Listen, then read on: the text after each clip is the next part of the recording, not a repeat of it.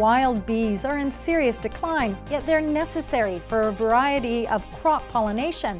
I asked Associate Professor Dr. Rebecca Tyson how her research is helping deal with that challenge.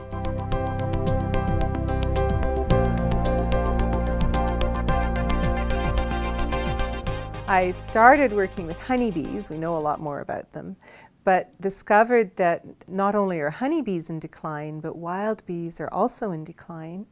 And honeybees are needed for crop pollination, but because of all the losses in honeybee populations, some researchers have suggested that wild bees might be able to step in and help out. The trouble there is that wild bees need native landscape. They need the kind of landscape that humans get rid of.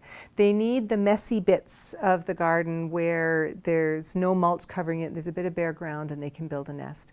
Or they need all those places where we've got old stalks that are left behind, dried out old stalks from the season before, and they can build a nest in there. And so the wild bees aren't doing so well either. So if you want to have wild bees pollinating your crops, you need to know how much of this landscape that we tend to get rid of, how much do we need?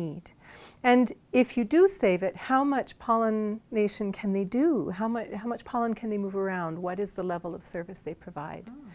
There are some crops that rely fairly heavily on wild bees. Wild bees do a particular kind of pollination called buzz pollination. So we know this biologically, and biologically you can go out, you can tag bees and see how far they go and measure pollen deficits and things like this.